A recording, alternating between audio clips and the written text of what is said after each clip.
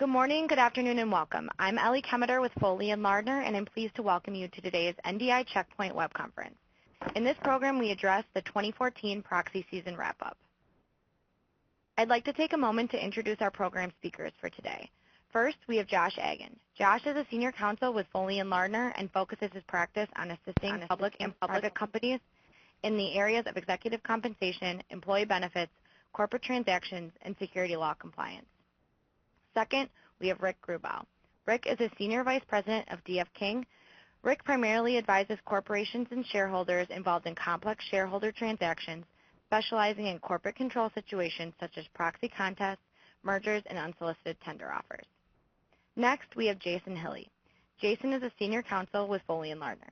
He regularly represents public and private companies in a variety of industries, including mergers and acquisitions, securities law compliance, corporate financings, and general corporate matters. Lastly, we have Peter Kimball, who is a Senior Advisor at ISS Corporate Services. Peter is the primary advisor for compensation consultants and law firm clients, who he counsels on SayonPay proposals, equity plan requests, director independence issues, shareholder proposals, and other matters that may require shareholder approval. Before I turn the presentation over to our speakers, I'd like to go over a few housekeeping items. Today's program will last approximately 1 hour, followed by a short question and answer session. If you experience problems with Adobe Connect, please call 800-422-3623 for technology assistance. For audio assistance, dial star, then 0 on your telephone to reach an operator. Today's program has been set up in both a discussion and an interactive question and answer format. We encourage you to submit written questions during the program. Type your question into the Q&A box at the right side of the presentation slides. We will respond to questions at the end of the program, time permitting.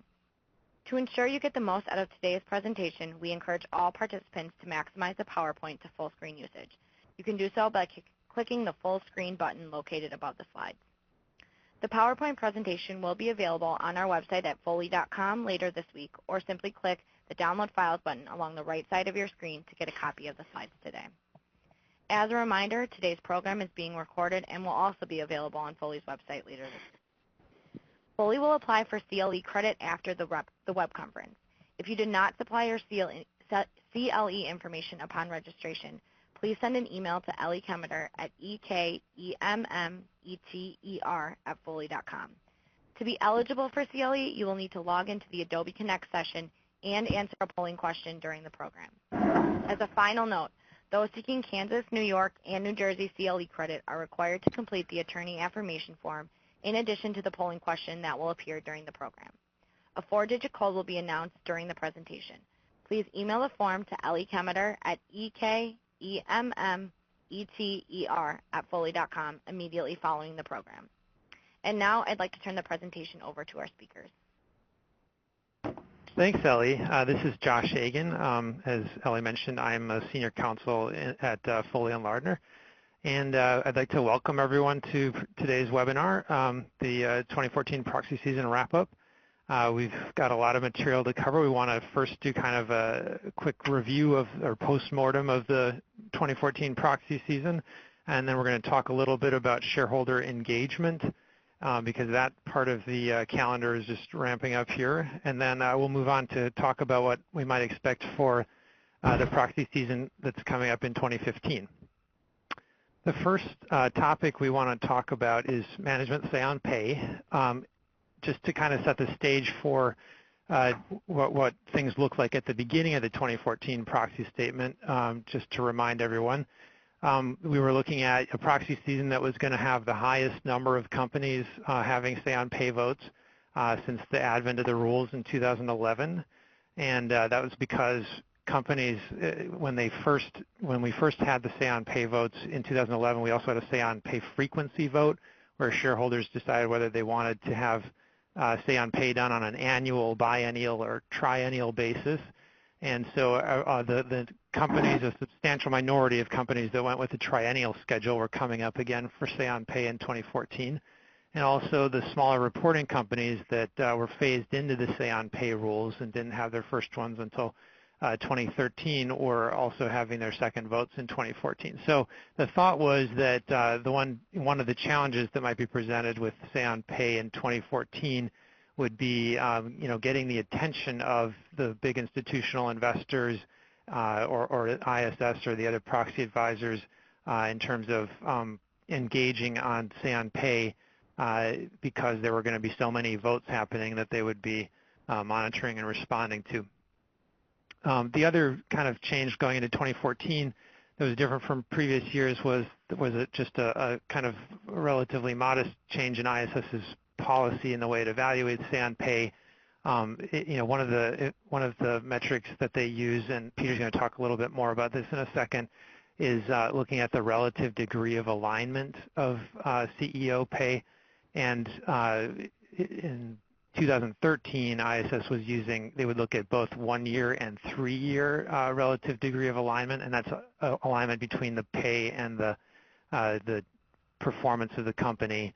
But in 2014, they did away with the 1-year element of that and just looked at 3-year RDA in making their recommendations on SayonPay. So I think I'll turn it over to Peter to take us through just kind of a review and for people who aren't familiar with it, just kind of an overview of how ISS looks at SayonPay generally. Peter?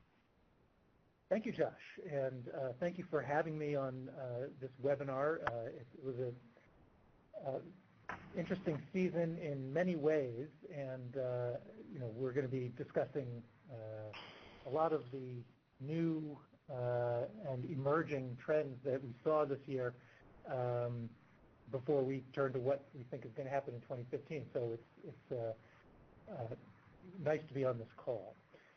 You mentioned the modest change in ISS policy, and as we're looking at slide 6 right now, we see the whole process that ISS research used for evaluating SayonPay proposals, or in the absence of a SayonPay proposal, the director elections proposals in evaluating their compensation decision-making over the past year. The modest change in the relative degree of alignment test, going from the 1- and 3-year test to just a 3-year test, is one of the 3 portions of the quantitative screening that ISS research uses in determining whether there has been a pay-for-performance misalignment at the company. The other 2 tests, as I'm sure almost everyone on this phone knows, are the multiple of median test and the pay TSR alignment test. A lot of folks spend a lot of time worrying about the peer group that ISS constructs for them. That peer group only affects the first 2 tests of this first step in the overall ISS evaluation. It's important to keep in mind that the concern level that is the output of the quantitative screen does not indicate what the vote recommendation will be. In fact, even a high concern on the quantitative screening results in less than a 50% chance of a negative recommendation, as the statistics have borne it out in each of the last 4 years that this test has been in place. Much more central to the ISS recommendation on SayonPay proposals or on director elections in the absence of a SayonPay proposal is the qualitative review, this next step where an analyst actually opens up the proxy and reads the CD&A and executive compensation table. Regardless of whether you have a low, medium, or high concern on that quantitative screening, somebody's going to be going in and reading your disclosures about the decisions that your compensation committee and your board made with regard to executive compensation in the past fiscal year. And there are dozens of factors that influence the ISS recommendation, all of which are derived from this qualitative review. It is the qualitative review, not the quantitative screen, that impacts the final recommendation. In fact, all that the quantitative screen really does internally for the ISS research team is, one, to help determine who on the team should take this report. If there's a high concern, it might go to a senior member of the compensation team. If it's a low concern, it might go to a member of the industry-specific team that's writing the rest of the report. And two, to help give some clues as to where they might find some issues when they go into the CD&A and executive compensation tables and begin to read. You know, they can tell if the problem or if a potential problem is related to just high pay opportunity that might show up in the multiple of median test, or if the story is one of good alignment among between the company and other similarly situated companies, but the story is one of TSR underperformance for the year. As part of this qualitative review, as we move to slide 7, we can talk briefly about some of the key concerns that ISS finds most frequently when the research analyst does his or her read of the proxy statement. Many of these are familiar to those of you who have been observing the SayonPay landscape for several years, and shouldn't come as much of a surprise. Discretionary grants without sufficient disclosure of a compelling reason for the board's decision to ignore a performance program and issue discretionary grants anyway can be a real problem. Benchmarking is one of the most common sources of pay-for-performance misalignments, especially where there may be an aspirational peer group being used by a company. Time vesting equity is increasingly less used by companies. We're seeing an enormous increase in the number of companies that use performance-based equity that's tied to the achievement of pre-established and rigorous performance goals as the majority of their equity grant program. I've mentioned rigorous. Well, lack of rigor on incentive targets can be a difficult thing to ascertain, but where it does present itself, it can be a short path from there to concerns or even a negative recommendation in the ISS research report. And of course, in the new hire situation, there are a number of pitfalls that some companies run afoul of. One of which is guaranteed multi-year equity or cash incentives, but there are others as well. Employment agreements that provide for certain problematic features like excise tax gross-ups or triggers on the cash piece of severance that don't require termination, just a change of control. Severance issues, I think, should be the 8th item here. I think we saw severance become such a prominent issue in 2014 that I think these 7 deadly sins are soon to become 8 as we see more and more severance issues. Excessive payouts for what's being couched as voluntary retirement or voluntary resignation run afoul of investors and proxy advisors' voting actions and recommendations. One portion of the qualitative evaluation that ISS Research conducts and has conducted for the last 2 proxy seasons is an examination of a measure of realizable pay. And on slide 8, we detail some of the moving parts that inform ISS Research's realizable pay evaluation. Essentially, anything that was granted in the last 3 full fiscal years is going to be evaluated to see whether it got paid out above or below target. It's pretty easy for cash, often less less prevalent for equity if there's a 3 or 5 year vesting period on it. Although a number of different groups, including compensation consultants and proxy advisors, have their own definitions of realizable pay, they all tend to capture a measure of compensation that uses actual outcomes as opposed to targets at the beginning of a grant cycle. And so it can be a useful tool in determining whether the executive pay really is aligned or misaligned with how shareholders have seen their investments perform over the last 1 and 3 years. And so we tend to see realizable pay used most as a mitigator if the grant date pay compensation methodology suggests the pay for performance misalignment. Lower realizable pay that is the result of, say, performance equity not paying out at target because the goals were rigorous and performance wasn't, didn't meet that rigorous target.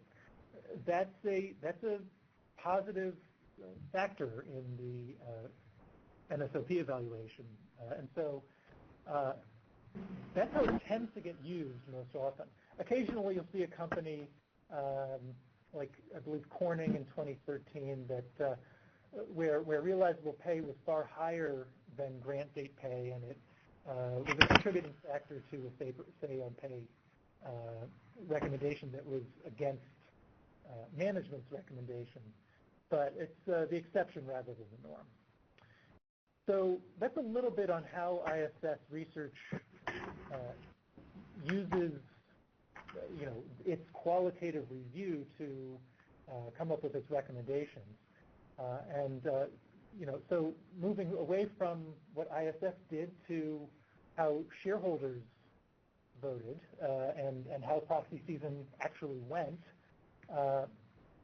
let's turn it over to Rick for a discussion of some of the trends that he's observed this season. Thanks, Peter. If you can move to the next slide. First, this slide shows the year-over-year SayonPay results, and they have been amazingly consistent over the years. We're seeing a 2% of the companies failing to reach a majority of majority vote on SayonPay, with this year it's 7% so far, sort of in the red zone of between 50 and 75%. But consistent last 2 years, 78% of the companies received 90% plus.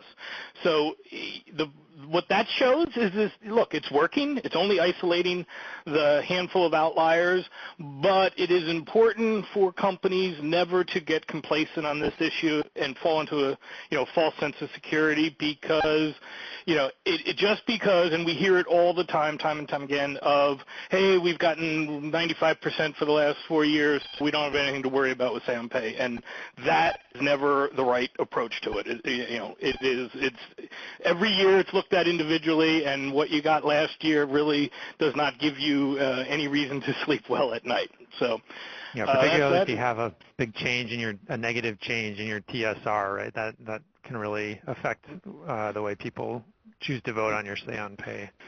Exactly. Okay, we can move to the next. And Rick, let me ask you a question. Yep. And maybe this is obvious to everyone, but why do we generally see in the vote results directors receiving, whether it's marginally or noticeably, a higher for-vote rate than the SayonPay vote? Is that the rule working as it's designed? Why do we see that? Yeah, that is exactly what SayonPay was supposed to accomplish, and it has. This next chart shows the drop-off in negative director votes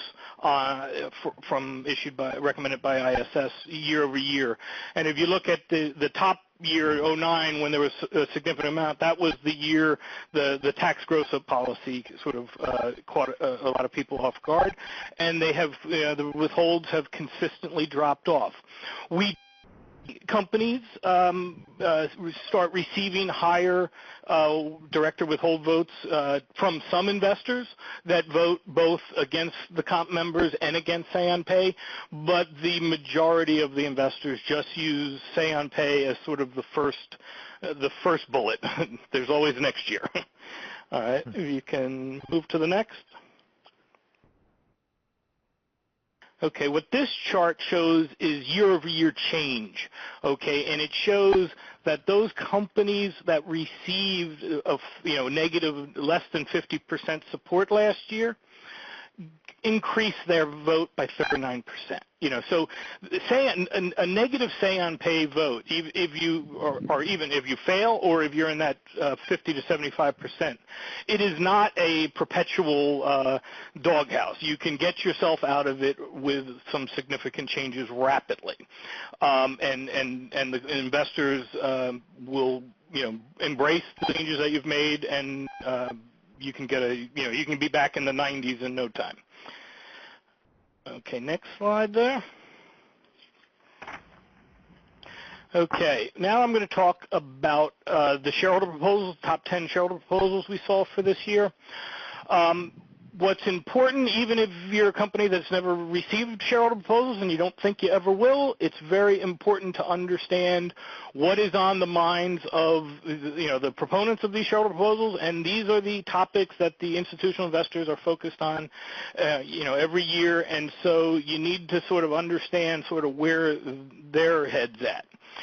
Now, what this chart shows is the number of proposals submitted to the number that go to a vote. And as you can see, where there's a big difference in those numbers, that's when either proposals were negotiated off, or the company agreed to put a management-sponsored proposal on and to kick the shareholder proposal off, and in the rare instance, where a proposal was kicked off for technical reasons.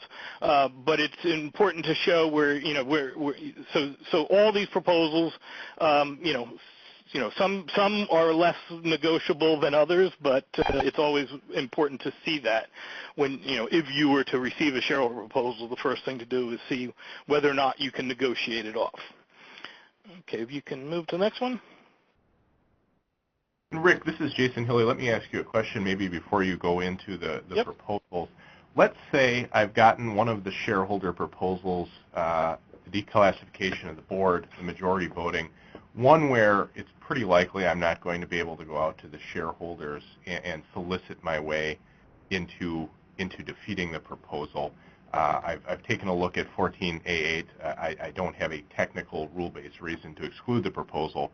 What do I do at that point? Yeah, good question. Well, first what we do is we do a vote projection based on the shareholder base and the various constituencies. On those two proposals, declassify and majority vote, the train has left the station with all of the institutional investors who pretty much know how they're going to be voting on those topics, and almost all are supportive of that. So depending on the company's institutional shareholder base, sometimes there's not even a debate on whether or not the proposal will pass. So then the company is faced with an argument of, do they put a management-sponsored proposal on the agenda to kick off the shareholder proposal, or do they just buy another year? So in the case of a staggered board, let's say, if you've got to weigh the pain of losing a shareholder proposal and the penalty, and what happens with that, knowing that the following year you'll have to put it on or face the consequences. And then if you're more concerned about a takeover threat than you are about a governance fault, you can just take the bullet and lose the shareholder proposal.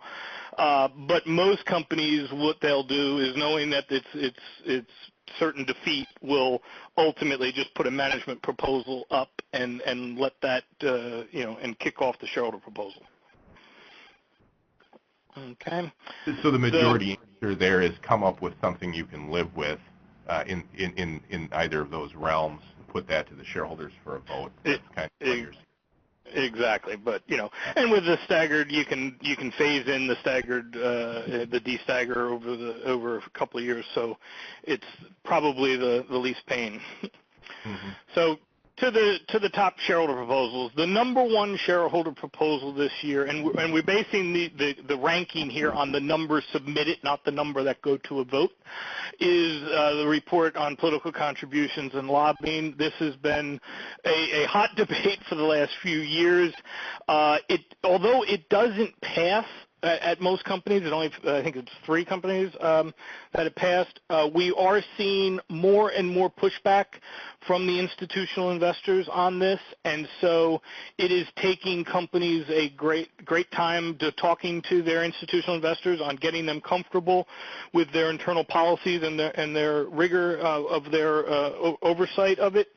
And the one thing that our takeaway from this year was some of the very large index funds started to abstain on this proposal at a couple companies. And although many companies count abstentions as against, you run the risk that although the proposal fails technically by the counting abstentions as against, it actually runs the risk of passing just on a pass-fail, for or against test, and that would trigger, the director responsiveness issues from the proxy advisory firm. So that is, I don't think this proposal is going away anytime soon. Okay, next slide there.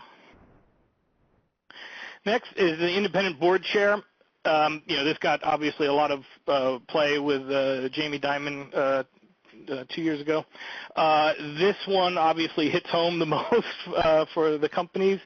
This is one that the proxy ISS will support the company by voting against the proposal if the lead independent director has the requisite responsibilities and duties. And the company is also in the top half of their GICS code on performance. So it is one that is defeatable, and I would say most institutional investors truly have a case-by-case view on this proposal. A lot of the institutions say they're open-minded to everything. This is one that I really think they're open-minded to, that if it ain't broke, there's no reason to necessarily tinker. But if they have some frustrations, this is one they take it out directly on the CEO. Next. Okay, the sustainability, reporting on sustainability is obviously same thing. It gets significant support, but nowhere near passing 30s to 20s. It is, I would say, although it's not one that you're in great risk of failing this proposal, it does generate a lot of debate and a lot of engagement with both the proponents as well as the investors. And look, I think this proposal is slowly moving, companies to address this issue. But at the same time, the investors are not locking the company into demanding that they actually do formal reporting on this issue. But, if you just look at every company's website, they have some level of reporting and sustainability issues. So it has moved the needle, but very slowly. Rick, do you have a sense at all as to why the support level for that type of proposal dropped off significantly? No, I think if companies are making progress, but just not great strides, It's companies posting policies, et cetera, statements on this that they've had a better time fighting these proposals. Is that kind of the idea? Yes. You can't just stiff arm this proposal, but you don't have to fully comply. I guess is the best way to do it. Got it. Next. Okay, the proposal to act by written consent is an interesting one, where most institutional investors believe there should be a path to the boardroom outside of the annual meeting process. In the case of a major event or an M&A event. And early on, the investors believed that you needed both paths, a special meeting and a written consent path. What has happened over the last few years is you've seen the rate of support drop significantly. What that is tied to is many companies have adopted procedures to allow for shareholders call special meeting, and some investors are now inclined to say, a special meeting is a fair, on this. It may take a little bit more time to have a special meeting, which is okay for a lot of institutional investors to have the issues all vetted, because written consent, a dissonant shareholder can act very quickly, and so institutional investors, are okay with having, the time that it takes of a normal meeting procedure. So that's why, we're seeing the proposal is now not passing. It was passing substantially a few years back. Okay, next. Stock retention holding, this is to force the senior management to hold at least 50% or various ratios of their shares. This doesn't necessarily get the support, and really, because I don't think, by and large, this is not a real issue where so many companies, the senior executives are holding their shares till retirement. So I think it's, there are a few outliers there that are guilty of this, but I don't think it applies to everything. So I don't think most of the institutional investors really feel this is that much of a concern. So, this is not a proposal that passes, but it certainly gets the debate going. Okay, next there. Okay, majority voting. Okay, as you can see, it's dropped off, but the voting result is still over 50%. Now, this is an issue that came to light with a shareholder proposal process. I mean, I believe this proposal, using 14A8 to change how companies, operate and elect directors. I don't think any shareholder proposal has done more to change, the operations of a company than this proposal. Virtually, the majority, overwhelming majority of the S&P 500 has embraced some form of majority voting, and this proposal is one that is actually companies outside. First I'd say most shareholder proposals are received by S&P 500 companies. Okay, the overwhelming majority. Okay, this is a proposal that we are seeing some companies outside of the S&P get it, and some of the proponents are putting this proposal up at companies that have received substantial withhold votes over the years, and they're using this as a way to sort of hold those companies that have large withhold votes accountable. Okay, next. Okay, what this shows is the difference in support when companies have adopted a designation policy but not a full majority voting. You see what the averages are. If you have plurality, the average support on this proposal was 62.5. With a director resignation policy, it's 49.7. So it is. There are companies that have defeated this proposal by a hair. Just because they've had a director resignation policy, but obviously it is not a guarantee by any means. Okay, next. Okay, this shows the director election procedures at the S&P 500 and compared to the Russell 3000. So as you can see, the Russell is still 52% are elected just by plurality, and really that's just because they've never had to focus on this issue. But it's one, as I said before, if these companies in the Russell 3000 were to receive this proposal would pass, and we just haven't seen a large amount of proposals, focused on this. And Rick, let me ask: are these proposals coming to the Russell 3000, or are those folks who make the proposals kind of not having Russell 3000 companies on their radar? There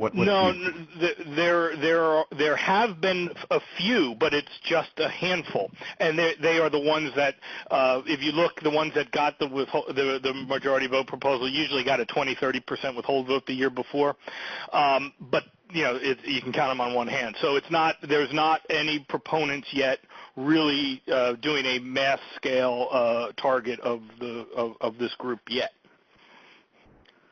All right, next. Okay, this is the shareholder proposal to call a special meeting. As I mentioned before, this is sort of the preferred venue for most of the institutional investors. And what they're doing is you can see the companies are adopting what is the right amount of shareholder ownership to be able to call a special meeting. And many of the proponents of this are targeting 10%, but many of the companies are adopting thresholds of as high as 25%. And many of the institutional investors are okay with 25%. And the reason they're okay with 25% is, look, if you have it as low as 10%, the special meeting process can be sort of run amok by the activists and hedge funds, and it's not necessarily the institutional investors don't think that is necessarily a good thing. However, at 25%, if there is a hostile takeover for a company and the institutional investors believe there should be a special meeting called, it's a no-brainer to be able to get to 25% because all the institutional investors will vote to support to call a special meeting. It's not necessarily to say they're supporting the transaction, the hostile transaction as it may be out there, but it's a free option for them just to move the process forward. So 25% does not threaten anybody under that scenario. So, okay, next. Okay, eliminate supermajority voting. As you can see, the voting results, although this doesn't get a whole lot of proposals, it's averaging 67, 66%. It's like the other proposals, majority voting and destagger. This is not open to debate with virtually all the institutional investors, and you basically lose credibility as an issuer standpoint to try to debate these topics with many of your institutional investors. So this is one that it's a cycle though, because if you have a supermajority voting provision, you need a supermajority to eliminate it. So what you see is people get into a cycle where even if they fail this proposal and they put a proposal on to eliminate supermajority voting, it may not pass because of the supermajority. So, all right, next. Okay. Prorata vesting of options in the change of control was a huge proposal last year, dropped off significantly. We do not know the reason why the proponents all stopped this one. It's not passing, but it's still getting a significant support. But as you can imagine, it's open to debate on whether or not that creates the wrong incentives by eliminating that for the senior executives. And so some institutions, I think, just look at it rationally and do not support it. Next. And the last one is reporting board diversity. Now, this is a proposal, as you can see, only 2 went to a vote so far. but it got a lot of proposals submitted. Many of them were negotiated off. So this is a proposal that you can see that what happens is after the proposal is received, companies are able to engage the proponent and come to some meeting of the minds that they're able to get this proposal off. So we're seeing less and less of them go to a vote. But it is a tough debate, and companies are going to have to make some changes there going forward. Okay, next. Okay, we're going to talk about this one only because this is the first time it is not on the top 10 of this is the declassify. Okay, and the reason this is no longer on the top 10 is Lucian Bebchuk and the Harvard Shareholder Rights Project a couple of years back took on to eliminate classified boards from the S&P 500. They've submitted multiple proposals, so virtually now all of the S&P 500 has been the board has been declassified, and the only ones that have not been declassified are ones that have large insider ownership, dual class voting, things like that, or supermajority voting provisions for it. All right, next. Okay, this just shows sort of same chart as the majority voting where S&P 500 has been completely declassified, and Russell is close behind. And next is, okay, Proxy Access. Over the years, we spent a lot of time debating this issue. It's pretty much out of the mainstream right now, but there are a handful of proposals that are submitted. Those that were submitted that mimic the original SEC guidelines of 3%, 3 years are gaining support, are getting passed, and so it's surprising that we're not seeing more, because the proponents like proposals that can pass or at least get close, and the only issue is maybe they're these guys are all focused on SayonPay related issues, and Proxy Access is no longer front and center. So, all right, that's it for me on that. So I will turn it back to you guys. All right, thanks, Rick. This is Josh. Ellie, could you advance to the next slide? I just want to take a couple minutes to talk about developments in shareholder litigation that were related to compensation. Since the advent of SayonPay, there's been this increase in derivative lawsuits brought by shareholders alleging excessive pay, breach of fiduciary duty for paying too much to executives or directors. There are a couple of flavors of these lawsuits. Sometimes they'll throw in waste of corporate assets. A lot of times they'll include a claim that the disclosure that the company is making in its proxy statement about pay is misleading. So these lawsuits had sort of tailed off somewhat, I think, in 2013, but there was still some activity in 2014. Typically, if a company has a failed SayonPay vote and then the next year maybe they're proposing an equity plan for shareholder approval, that might be a situation where one of these lawsuits would be brought or just threatened. Sometimes they don't actually bring the lawsuit, they just threaten to file it. And so that's just something to kind of still be wary of, make sure that your disclosures are thoroughly vetted and comprehensive. You go the extra mile in terms of making adequate disclosure, particularly if you're seeking shareholder approval for an equity plan, so that you're in a good position if one of these strike suits is brought. There was a kind of a significant development very recently at Cheniere Energy. They actually had to postpone their annual meeting because of one of these lawsuits. There was maybe a somewhat of an unusual case in that the dispute really relates to whether their equity plan under which they're paying all this compensation had even actually been approved as a matter of Delaware law, because they counted abstentions or they discounted abstentions rather than counting them as votes against. And so that's maybe kind of a unique situation. Next slide. The other development is that there have been some lawsuits over director pay as well as executive pay. And one notable example of this recently was a lawsuit in just this month against the directors and officers of Facebook. It's arguing that the directors received excessive compensation, and that they're normally when shareholders bring a derivative claim, they have to before they can actually do that, they have to bring the claim before the board, and because they're suing derivatively on behalf of the company, they're suing the board derivatively in that way.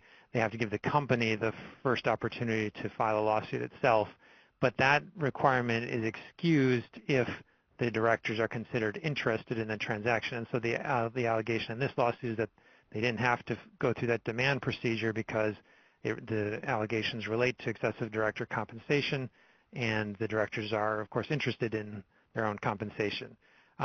So we'll see where that goes, but it was just filed recently this month. There was a similar case in 2012 in Delaware where the case actually made it past the motion to dismiss stage, so it made it to the discovery stage, which increases the settlement value enormously, and that was a similar case. And really the core of these allegations is that the directors are awarding themselves excessive compensation and that there aren't adequate constraints, because the defense to that is usually, well, the directors are paying themselves under a plan that shareholders have approved. Therefore, since shareholders have approved, it's not excessive. But these two lawsuits allege that the plan didn't impose real constraints on the amount of pay the directors could give themselves, because the limits in the plan were so high that the directors could theoretically award themselves tens of millions of dollars, and that wasn't a real shareholder-approved limit that could be used by the board as a defense. So one recommendation coming out of this is when you're adopting, it's been popular in the last few years to adopt omnibus equity plans where, and then you just put it up for shareholders one time, and then you can make awards to directors and executive officers. The next time that you are putting up a plan, you might want to consider whether you want to separate those two plans so that shareholders are approving a separate limit on director compensation, and so that might be a better defense to these shareholder allegations of excessive compensation if you've got a real limit in the director plan that's closer to what directors are actually being paid. I'm going to turn it over to Peter to talk for a couple minutes about shareholder engagement.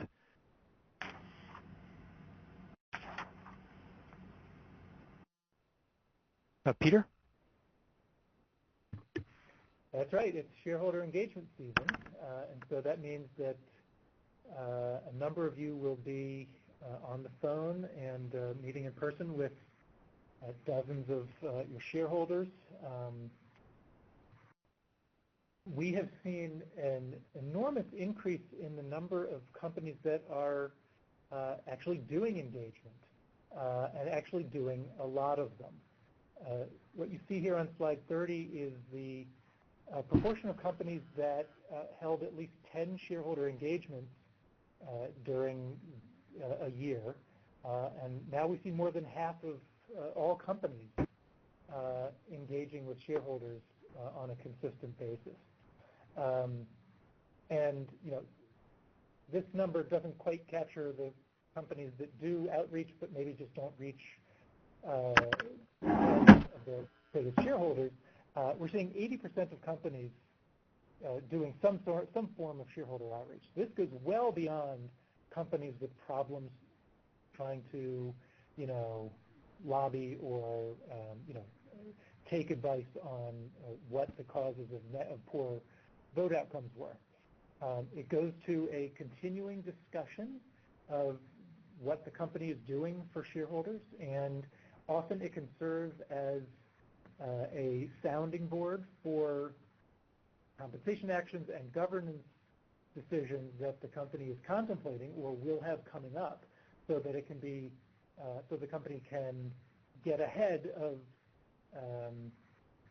issues that may be coming down the pike.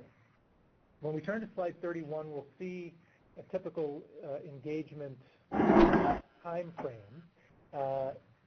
Using Boston Properties as an example, but this goes well beyond just one company's case. But it's exemplary of the fact that meeting season is over. Shareholders have more time to speak. Last year, Boston Properties engaged with shareholders from July through November. iterating in many cases with its shareholders multiple conversations so that it became much more of a long-term dialogue that can be beneficial for both sides that are engaging in this process. Increasingly, however, we're seeing companies engaging year-round. July, November is the most concentrated period, but we're seeing it well outside that period also. One complication for companies that are seeking to engage, to use engagement meaningfully is a different set of views on engagement that we see on slide 32. The issuer community tends to consider a one phone call or a couple of phone calls over the course of a week or so to be adequate engagement and to satisfy their need to get information from their shareholders as to how they're feeling about the company's governance and oversight mechanisms. Investors, on the other hand, according to a study that ISS and the IRRC Institute jointly produced earlier this year, are looking for weeks-long engagement. 61% of investors felt that engagement that lasted more than a month, where they were involved with discussing the matters affecting the company over the course of several months in many cases, was the most productive engagement for them. And so this is just something to keep in mind when you're setting your own expectations for engagement. What constitutes productive engagement for your company may or may not constitute productive engagement for your shareholder base. And think about having comp committee members participate in the engagement to the extent possible, since they're the ones making the decisions as opposed to the folks who are on the receiving end of compensation and other decisions that the board makes.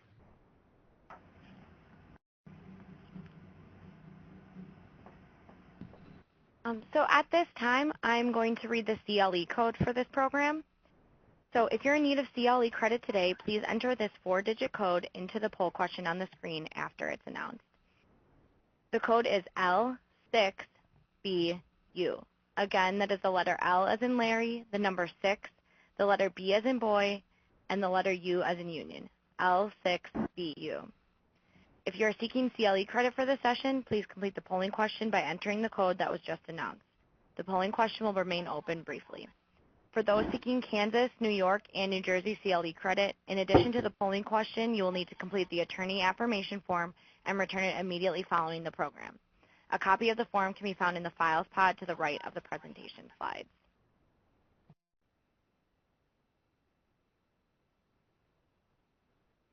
So at this time, the poll is now closed, and I'd like to turn the presentation back over to our speakers. Thanks, Ellie. I guess next we'd like to move ahead just to talking briefly about what we expect to see in 2015, and I will turn over to Rick to kick that off.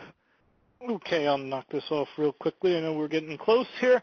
One of the main things we're seeing is the exclusive forum provisions. A number of companies have adopted this bylaw. We don't really know how all of the institutions are going to view this, whether or not we're going to see shareholder proposals to repeal it. We do know Glass Lewis's policy now is to withhold on the governance committee chair if the proposal is adopted without shareholder approval, which the overwhelming majority have been. So that is still yet to be seen, kind of how that will play out.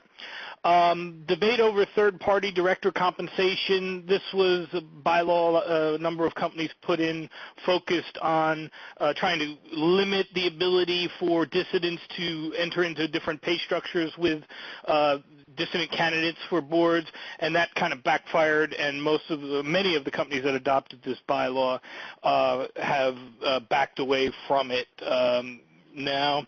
And the real issues that we're seeing, if we can go to the next slide, that the debate is for next year is how to get their arms around board tenure, what is the right mix, and really everybody's just, the institutional investors are just, they don't want to force the board's hand, but they want to see boards naturally refreshed, and obviously that's easier said than done.